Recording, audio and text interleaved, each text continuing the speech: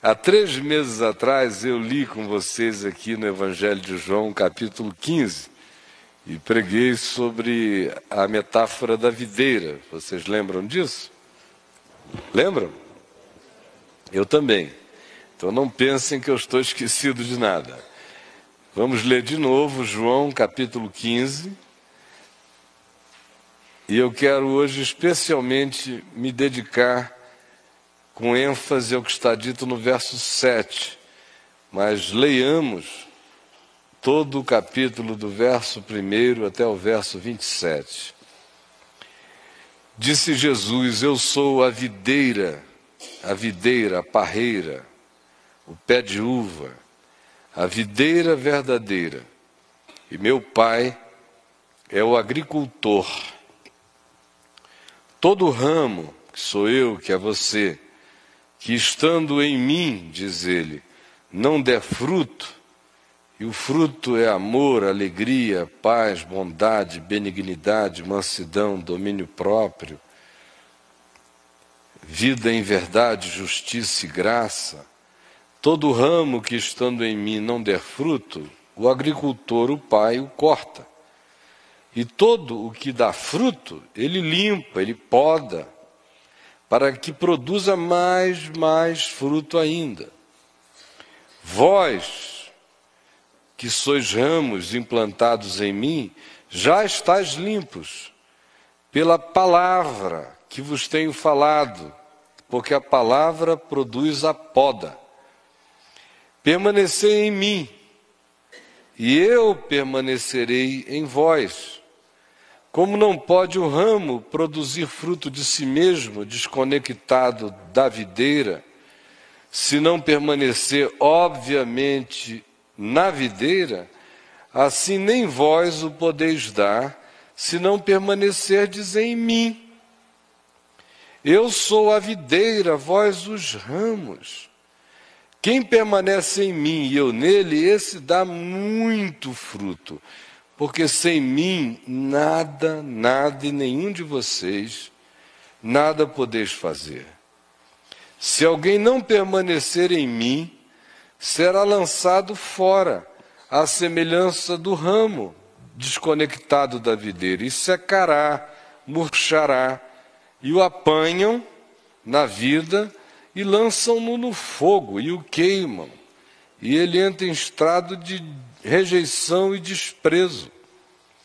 Se permanecerdes em mim, conectados a mim, pela palavra, pelo receber a fluência e o fluxo e a seiva da vida do meu espírito, da minha palavra, do meu amor, mediante a obediência, se permanecerdes em mim e as minhas palavras permanecerem em vós, não decoradas, mas determinando o pensamento, o sentimento, a atitude, o comportamento, o olhar, a visão, a interpretação, se assim as minhas palavras permanecerem em vós, pedireis, orando ao Pai, a mim, o que quiserdes,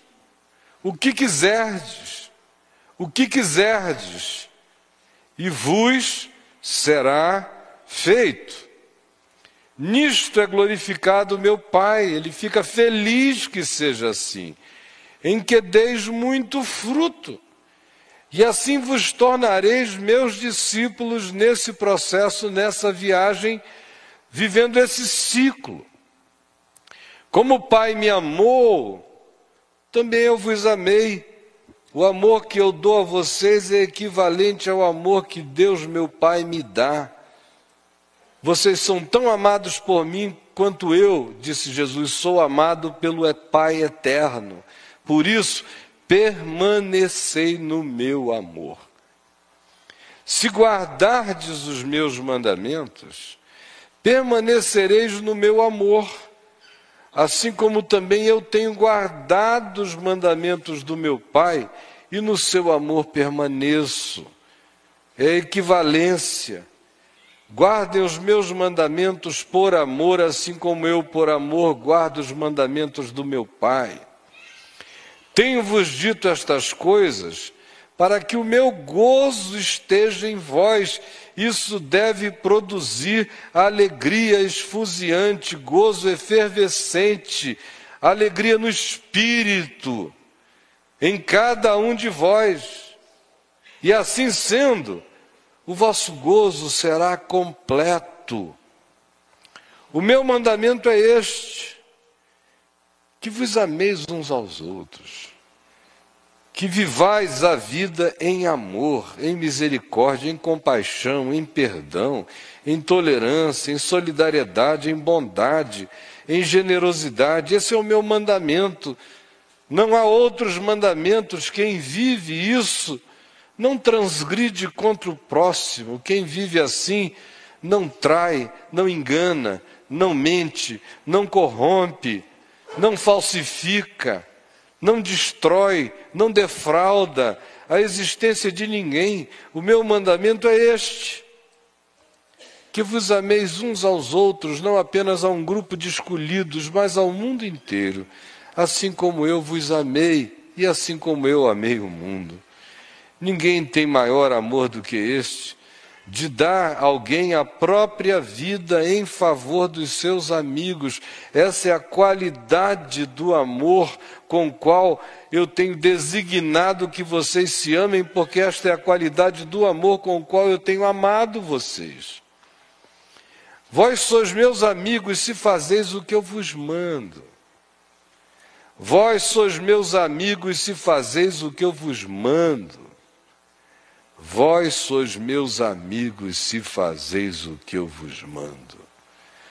Já não vos chamo servos, porque o servo não sabe o que faz o seu senhor, mas tenho-vos chamado amigos, porque tudo quanto ouvi de meu Pai vos tenho dado a conhecer de maneira explícita.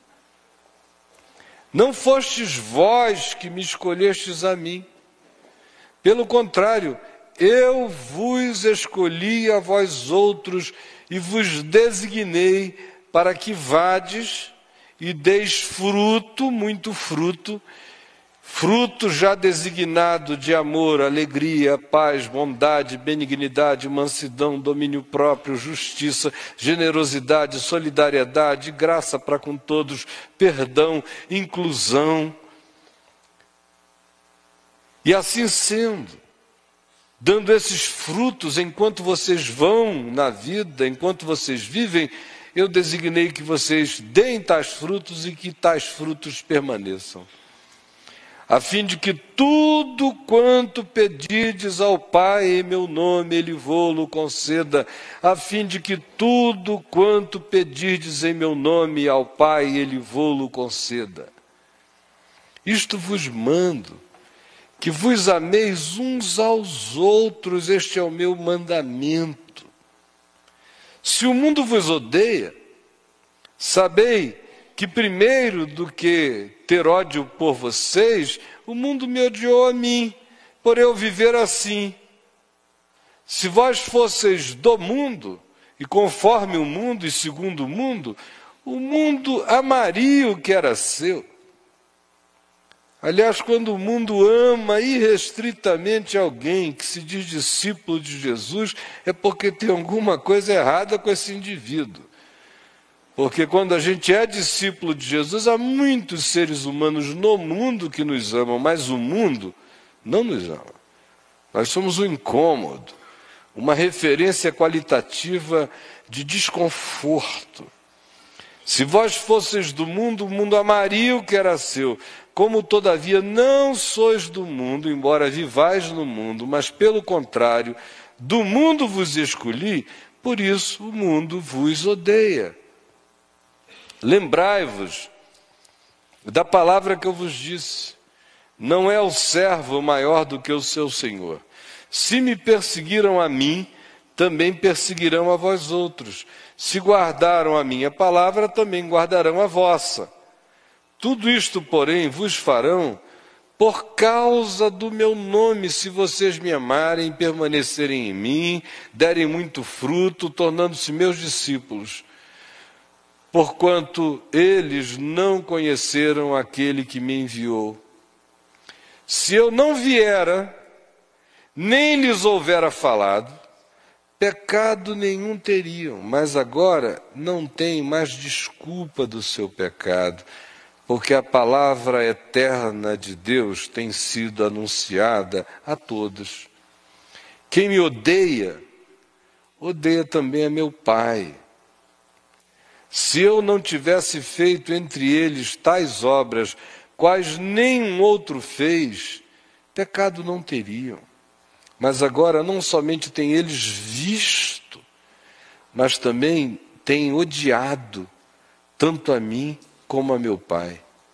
Isto, porém, é para que se cumpra a palavra que está escrita na lei dos judeus, na sua lei.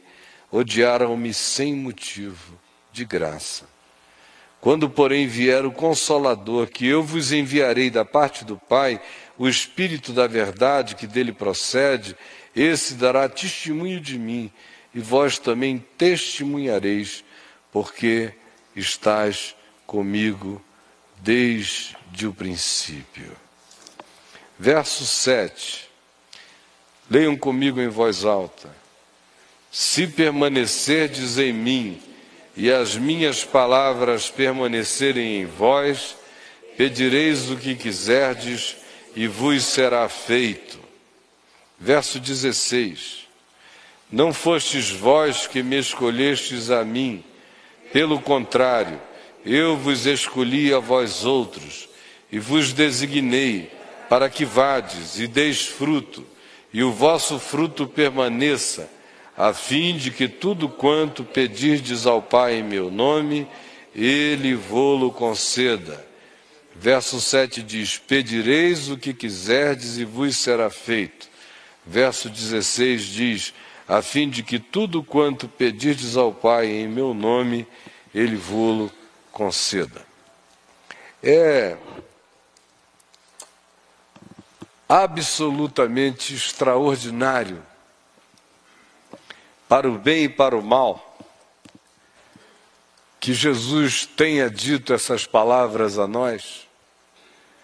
E eu disse que é para o bem e para o mal, porque, sendo para o bem, o que aqui está afirmado é que nós estamos de posse, não de um mecanismo, não de uma magia, mas de uma relação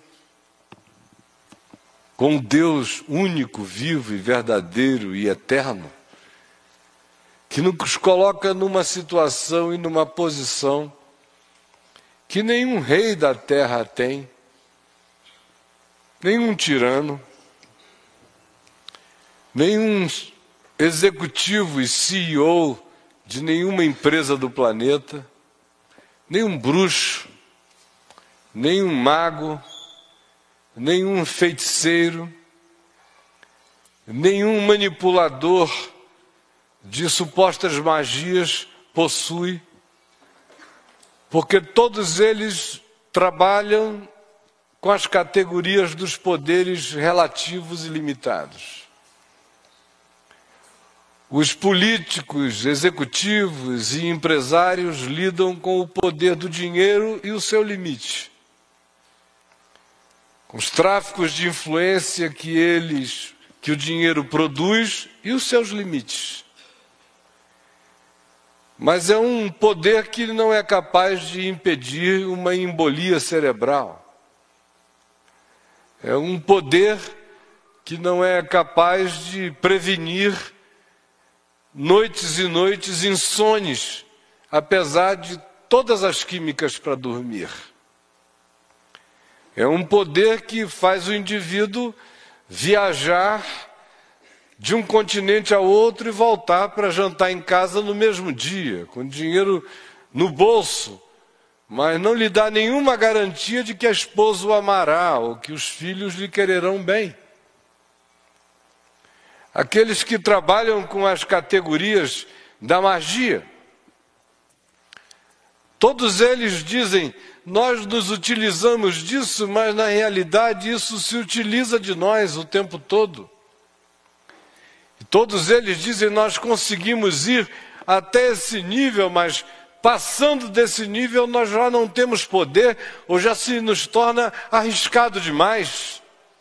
Já pode voltar contra nós, ou vir sobre nós, ou, como frequentemente a gente ouve alguns dizerem, contra esse tipo de coisa não há nada, que tudo que eu conheça nesse mundo das magias espirituais seja possível. Quando a gente pensa nas demais capacitações humanas e nos demais poderes humanos de níveis diversos, todos eles têm o seu limite posto. Agora, o que Jesus disse aqui para um punhado de pescadores que ele recrutou na Galileia, dentre os quais havia apenas 2 ou 3 de origem um pouquinho diferenciada, fazendo parte provavelmente da semi-aristocracia acadêmica de Jerusalém, mas os demais eram todos da Galileia dos gentios, e que estavam com ele à mesa ceando na véspera da sua morte, e ele garante a eles isto. Olha, o que eu estou dizendo a vocês é que se vocês se comprometerem a ficarem plantados e arraigados em mim e recebendo a minha vida, tudo que vocês pedirem ao Pai em meu nome, eu farei. Tudo eu farei. E mais adiante ele diz, eu não vos tenho chamado servos, mas amigos, e não fostes vós que me escolhestes a mim, pelo contrário, eu vos escolhi a vós outros e vos designei para que vades e deis fruto, e o vosso fruto permaneça, e tudo quanto pedirdes ao Pai, a fim de que tudo quanto pedirdes ao Pai, o Pai vos conceda. É outra garantia. Tudo. Para o mal. É porque a gente ouve isto, a gente sabe disto e a gente vive como se nada disso fosse verdade.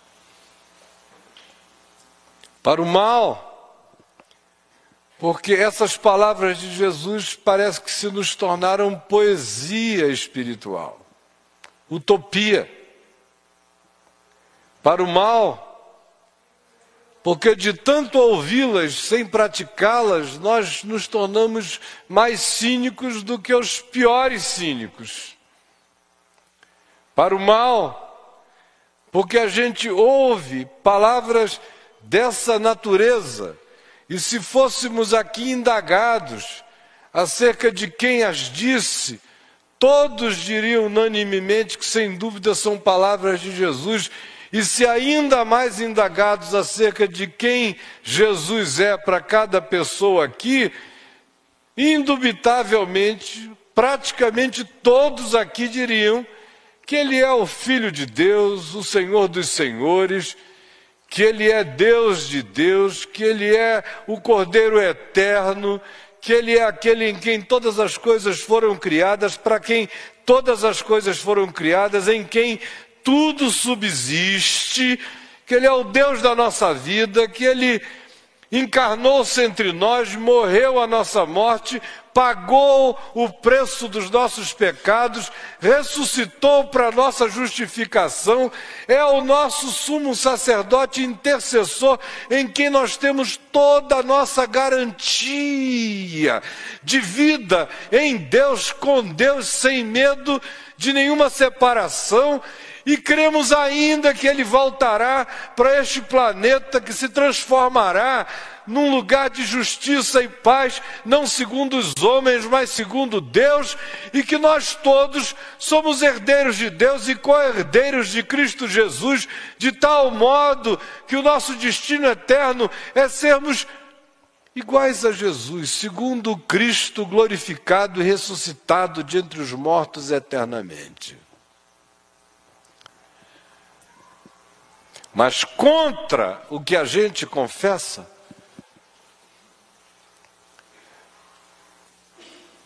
ante qualquer situação da vida que nos venha, a gente fica logo procurando, antes de qualquer coisa, quem é que poderá nos socorrer. Qual é o amigo endinheirado que poderá nos socorrer? Qual é o parente que recebeu uma herança que poderá nos ajudar? Quem é o político influente que poderá nos abrir tal porta?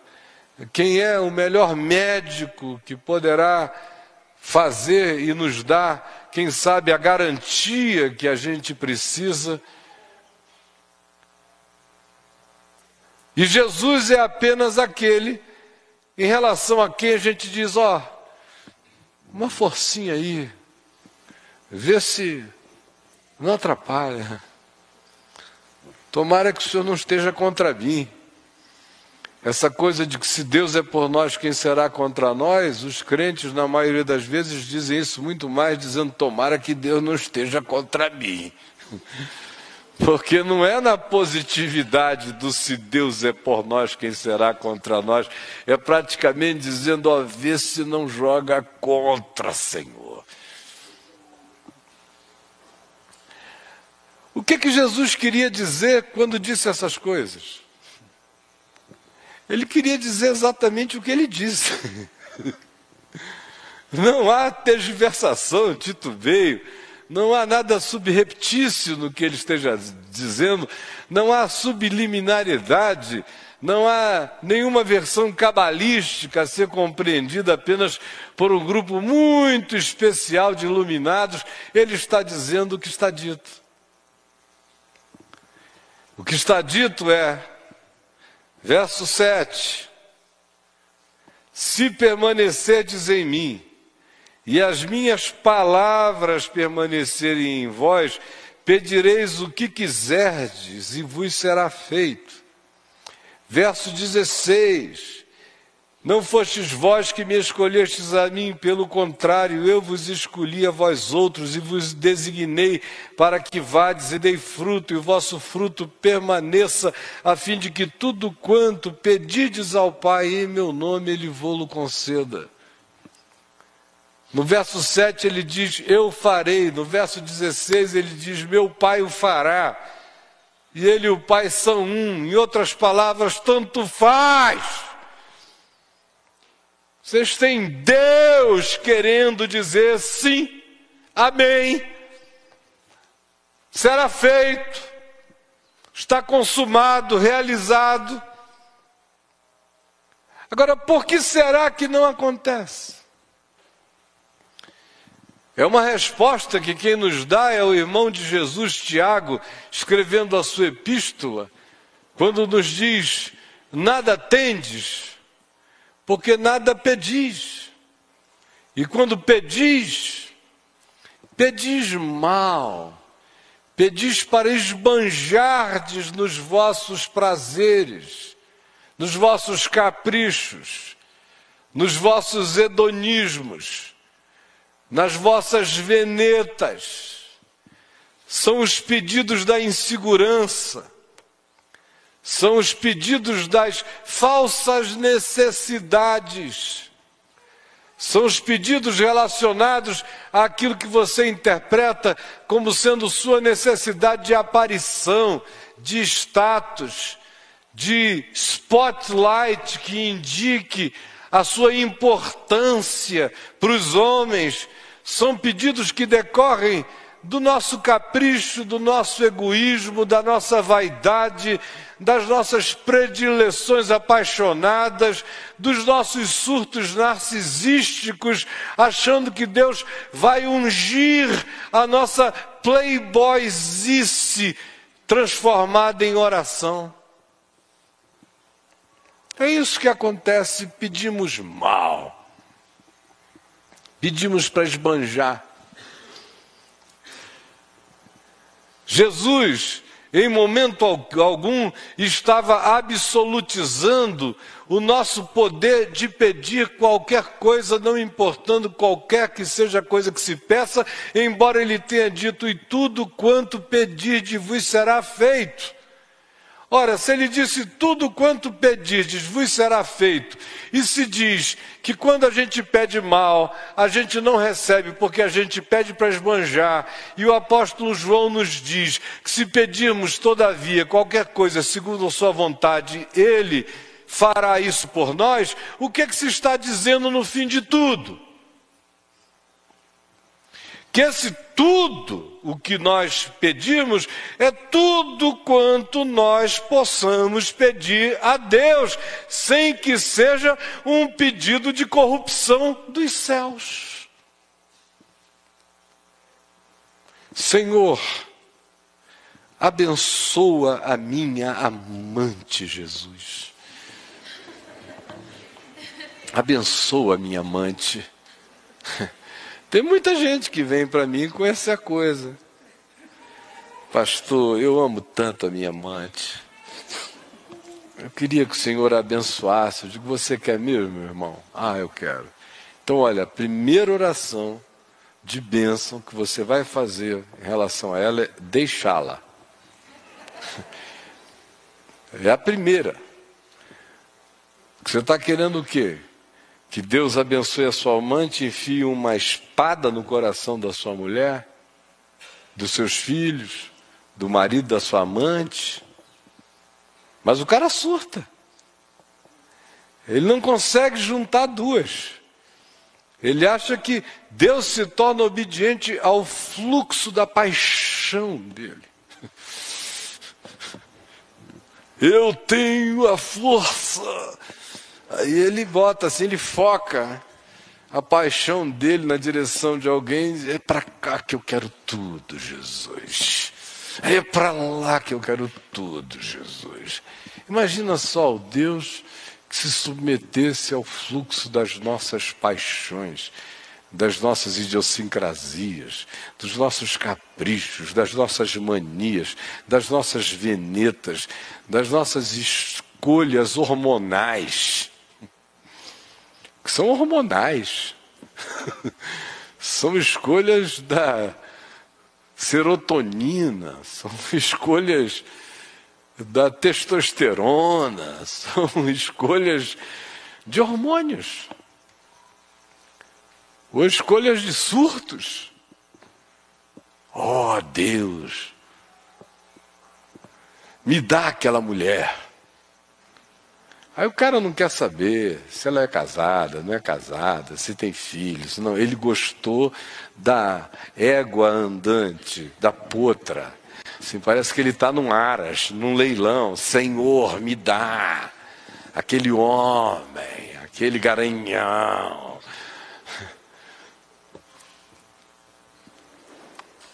Quero aquele emprego, aquele cargo, Jesus. Eu quero aquele cargo, Jesus. Aquele cargo. E quem estiver nele, eu não quero nem saber o nome, que é para não pecar.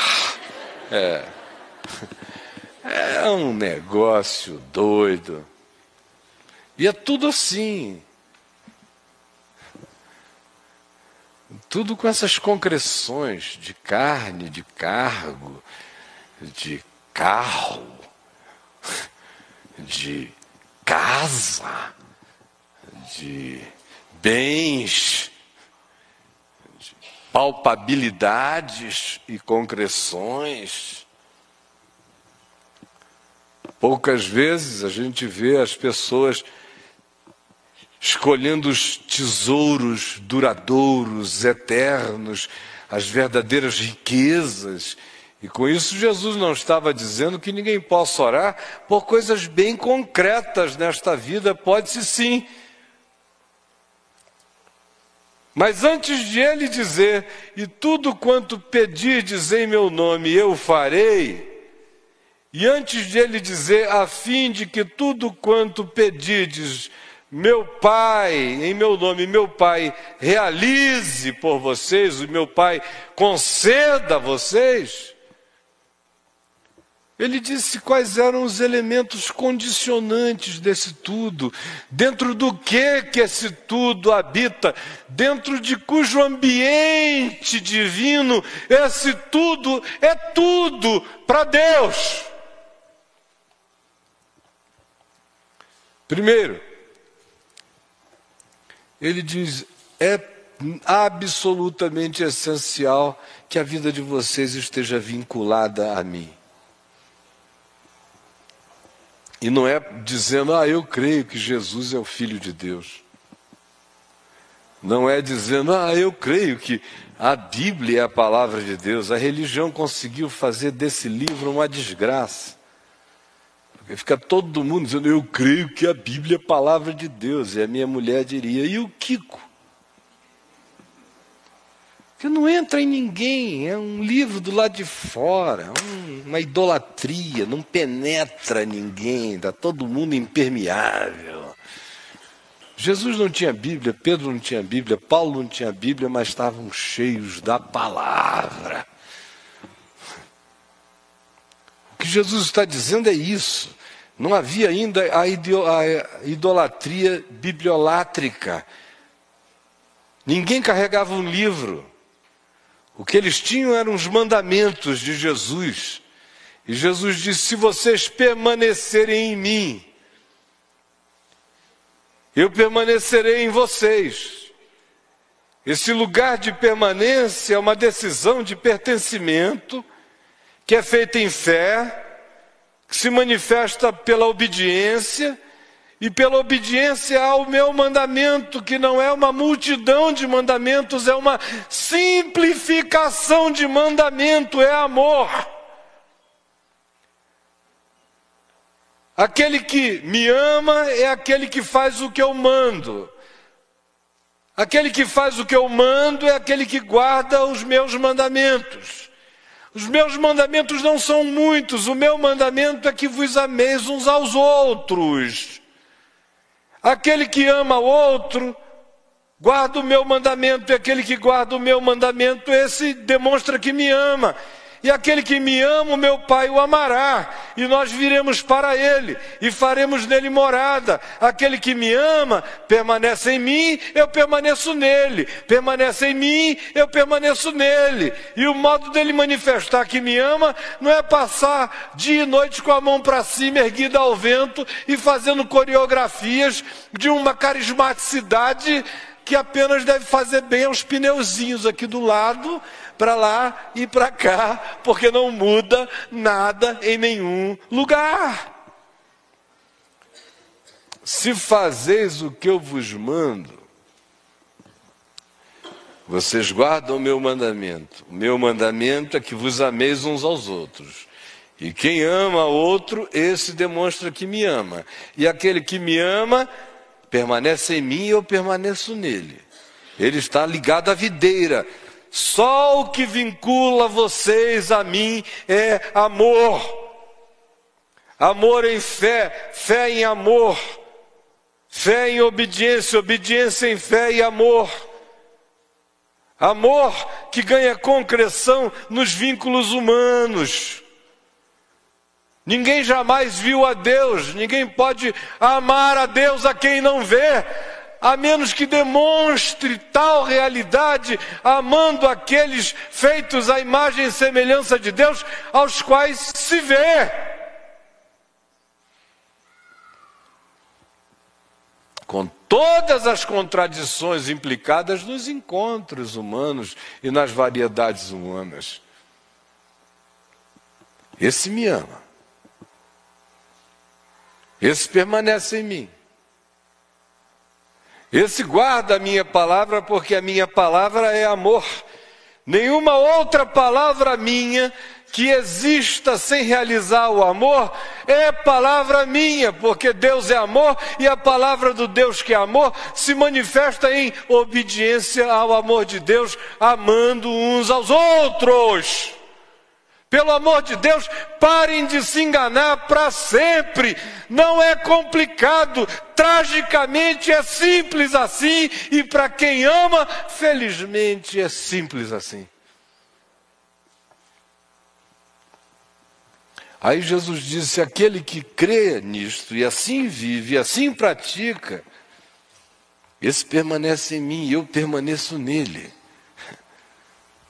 Esse está vinculado a mim.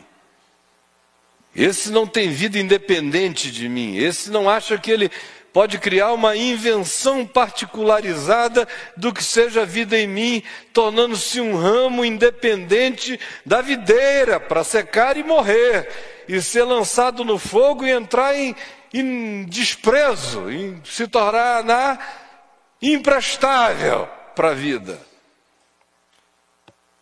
Aquele, todavia, que crê na simplicidade desse vínculo e faz isso com fé singela, como um raminho que tem consciência de ser ramo e que se prega no amor de Deus e diz: aqui eu não saio, daqui ninguém me tira. Eu quero comer da tua vida. O teu mandamento é amor, eu quero beber amor. Eu quero passar amor, eu quero energizar a vida de amor. Eu quero ter atitudes de amor. Eu quero olhar com amor. Eu quero crer com amor. Eu quero interpretar com amor. Eu quero amar com amor.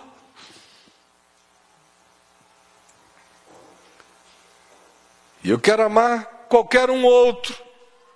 Há uns que eu amo com facilidade, há outros que eu amo com dificuldade, há uns que eu amo com ternura, há outros que eu amo por uma decisão de fé quanto a amar.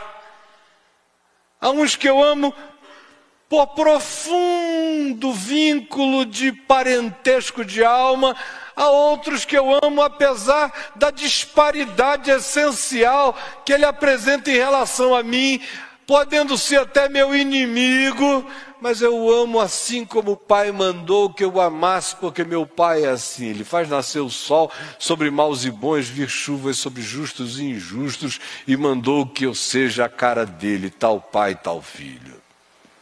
Amai os vossos inimigos e orai pelos que vos perseguem. Quando esse amor conta com reciprocidade, com solidariedade, é algodão doce. É da delícia. Quando não conta, não faz mal. Eu não espero reciprocidade. Eu espero é que em mim não falte jamais a decisão de, seja com emoção, seja sem emoção, seja apenas como decisão, seja pela fé, seja por obediência, seja pelo vergamento do meu espírito, as leis da minha consciência, seja por causa da palavra, a minha atitude seja amor, concreta e prática. E quem assim fizer, esse permanece em mim. E quem assim não faz, não tem jeito de você estar permanecendo em mim. É impossível. Não se auto-engane. Agora, aquele que vive assim, pedirá o que quiser e lhe será feito. Porque é esse que assim vive, não vai pedir para o Senhor fazer o cara ali do lado não gostar mais da mulher dele, porque você está afinzão dela. Esse que assim vive, não transgride. O amor não transgride, minha gente. O amor não é inconveniente. O amor não cobiça. O amor não inveja. O amor não disputa. O amor não quer o lugar do outro, não quer o marido da outra, não quer a namorada do outro, não quer o carro do outro, não quer o lugar do outro, não quer o dinheiro do outro, não quer o status do outro. O amor sabe que toda a bênção de Deus que vem sobre o indivíduo é particularizada, manufaturada no seio do Pai.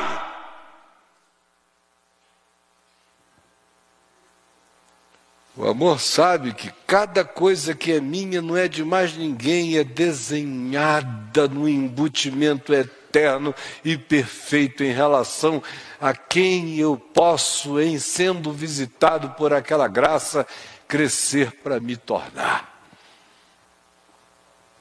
O amor não olha para o lado. O amor não pergunta por que ele tem e eu não. O amor se alegra com os que se alegram e chora com os que choram. Aí olhem bem para mim, esse que assim se alinha, esse que assim se harmoniza, esse que assim vive, esse que assim permanece, pode pedir o que quiser e lhe será feito. Ele alinha primeiro o espírito dele com a alma dele, com o todo somático do ser dele. Com a mente ele pensa segundo a mente de Cristo, tudo que é bom, tudo que é puro, tudo que é louvável, tudo que é de boa fama, se alguma virtude há, se algum louvor existe, é isso que ocupa o seu pensamento.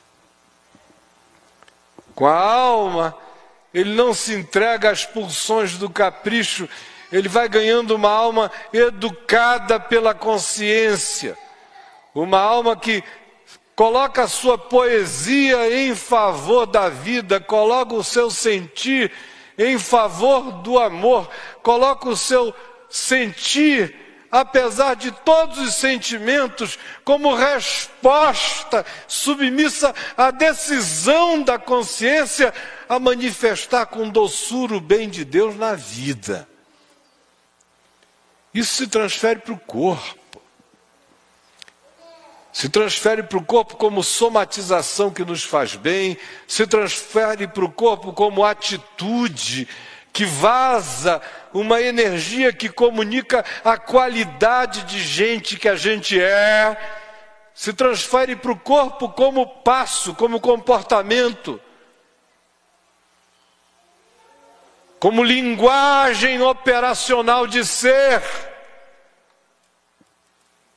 Gera uma harmonia de cima a baixo. Se transfere para a cara da gente.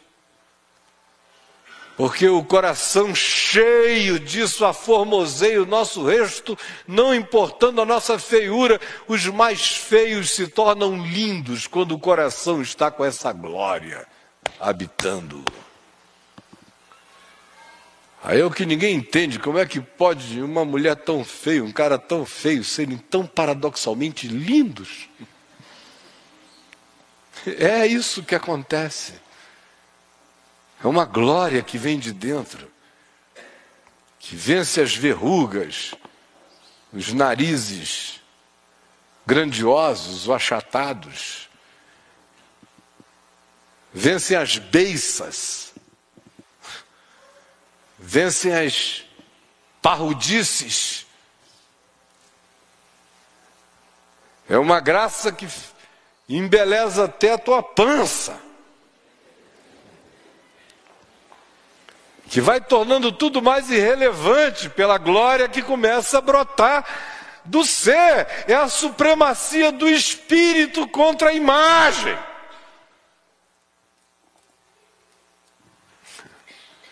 Não é para que se caia em desleixo, mas é para que se ponha tudo no verdadeiro estado, lugar, cada coisa com sua significação, ao invés de se inverter os polos de tais prioridades. Mas quando a gente se alinha assim, conforme eu venho falando há 25 minutos, só sobre o alinhamento, quando a gente se alinha assim, Jesus diz: pedireis o que quiserdes e vos será feito. O que quiserdes.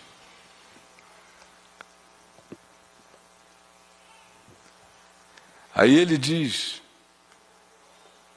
que como resultado desse alinhamento, algumas coisas acontecem com a gente. Número 1,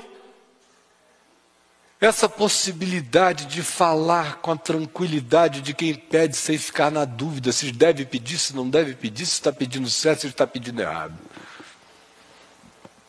Você sabe que está pedindo certo, você não está pedindo contra ninguém. Você não está pedindo para capricho, nem para hedonismo, nem para esbanjar, nem para mostrar, nem para exibir, nem para se vingar, nem para se comparar. Você sabe, o seu espírito dá testemunho dentro de você, se você não está surtado, se tudo em você está alinhado com o mandamento do amor. O amor alinha, a gente ilumina a nossa consciência de modo que a gente sabe. E a gente pede sem dúvida. E a gente sabe que será feito. A gente não sabe quando. Mas a gente sabe que será feito, sabe por quê? Porque mesmo quando é alguma coisa que a gente gostaria que esbanjasse a sua expressão do pedido, atingindo outros ou se manifestando também fora de nós, a gente sabe que será feito porque começa a ser feito imediatamente dentro de nós. O mundo não mudou, mas eu já estou em franca mudança e transformação. Já começou em mim, o resto é consequência. Segunda coisa que Jesus diz é que isso produz na gente uma certeza de amizade com Deus. A gente sabe que é amigo de Deus quando a gente faz o que Ele manda. O que Ele manda é que a gente ame uns aos outros, sem reservas. Que o mandamento dele é esse: vocês são meus amigos se fazeis o que eu vos mando. Quem faz o que eu mando, esse é meu amigo. Eu sou amigo dele. A terceira coisa que acontece, ele diz: a alegria de vocês vai ser completa. Vocês vão começar a provar um gozo, a palavra é gozo. Remete para uma dimensão orgásmico-psíquico-espiritual, um gozo. Vocês vão ser inseminados de um gozo e de uma alegria de Deus, de uma gravidez de alegria no coração, um gozo. Você é pobre, e aqui não há nenhuma promessa de riqueza material, mas você vai se enriquecendo e enriquecendo a muitos. Você pode não ter muita coisa, mas nada lhe falta. Você pode não ser conhecido entre os homens, mas é famosíssimo entre anjos. Acerca de você se diz: eu conheço a Jesus e sei quem é o fulano. No mundo espiritual. E você é visitado todo dia por uma renovação de gozo no Espírito Santo. Você vai ficando tomado pelo surto celeste da glória em você. Isso não é narcisismo. Isso é glória do Pai no seu coração. Você sabe que você é amigo de Deus. Sabe que Deus é seu amigo.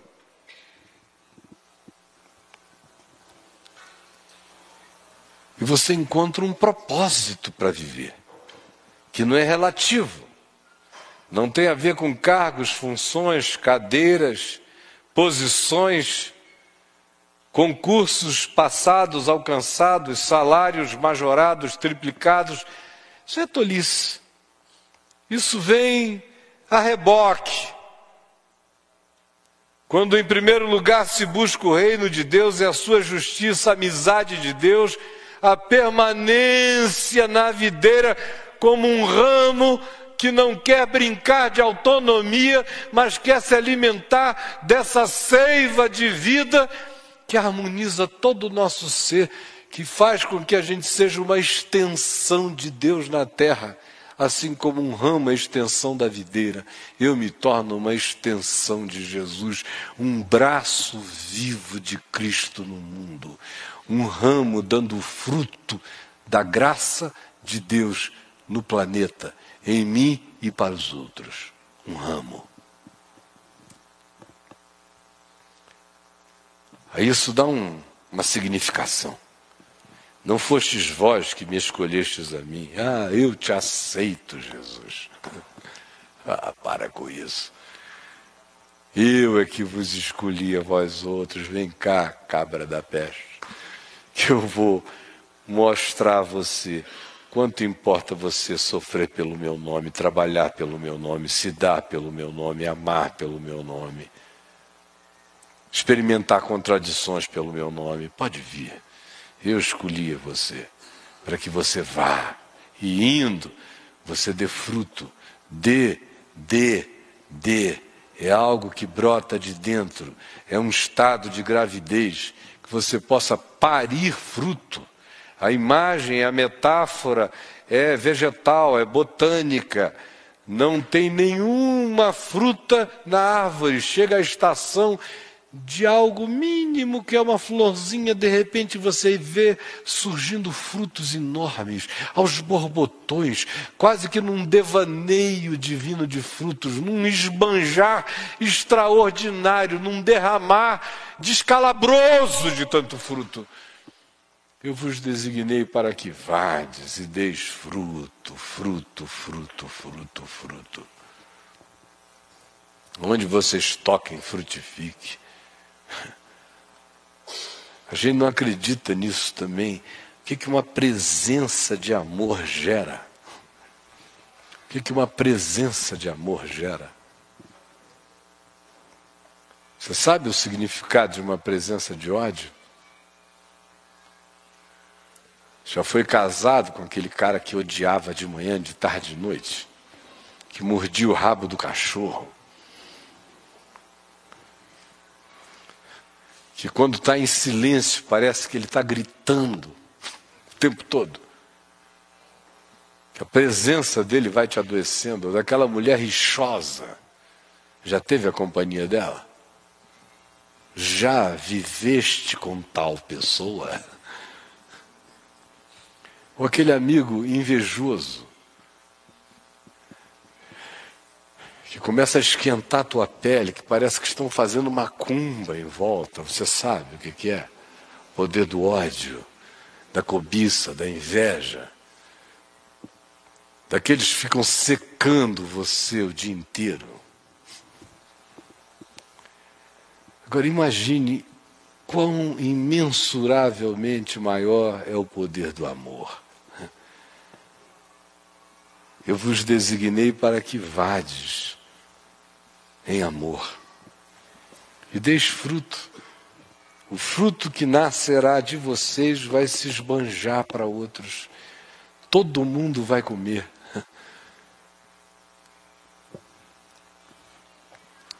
Amor faz isso. Não me interpretem mal. Por que nós estamos reunidos hoje à noite aqui? E há 8 anos atrás nós não estávamos. Por quê? Qual foi o poder que nos reuniu? Foram outdoors nessa cidade? Foram grandes correntes e campanhas massivas? Foi um serviço de telemarketing proativo, ligando para a casa de vocês? E não apenas nós aqui, mas os milhares e milhares que fazem a gente virar um grupinho de nada ali. O que vocês acham que gerou isso tudo? Eu lhes digo, meus irmãos, foi apenas e é apenas amor, verdade, justiça, fé, bondade, misericórdia, compaixão, discrição, sobriedade, inclusividade, tolerância, paciência, constância, vinculadas exclusivamente a Jesus, sem grito, sem propaganda, sem nada, mas um dia depois do outro, um dia depois do outro, um dia depois do outro, e o fruto permanece. Permanece em mim, permanece em você. Faz você crescer ou você não cresceu. Olha para trás, veja de onde você estava vindo, com que confusões. Veja onde você está e veja o que foi que operou se foi um cirurgião humano, ou se foi a sua permanência, ainda que claudicante, mas insistentemente contínua, um dia depois do outro, querendo se agarrar ao amor, não sair da videira, oferecendo-se, pedindo misericórdia para continuar sendo apenas um raminho da videira. E aí, de ramo em ramo, todos nós a Ele vinculados, vamos formando aquilo que dá fruto. E dá não apenas o fruto visível, dá o fruto invisível, dá o fruto interno, que ninguém vê, mas que só você sabe, e na presença de Deus você pode se alegrar e ser grato pelos tesouros incomensuráveis, inomináveis, indescritíveis, que já tem habitado você, e os livramentos.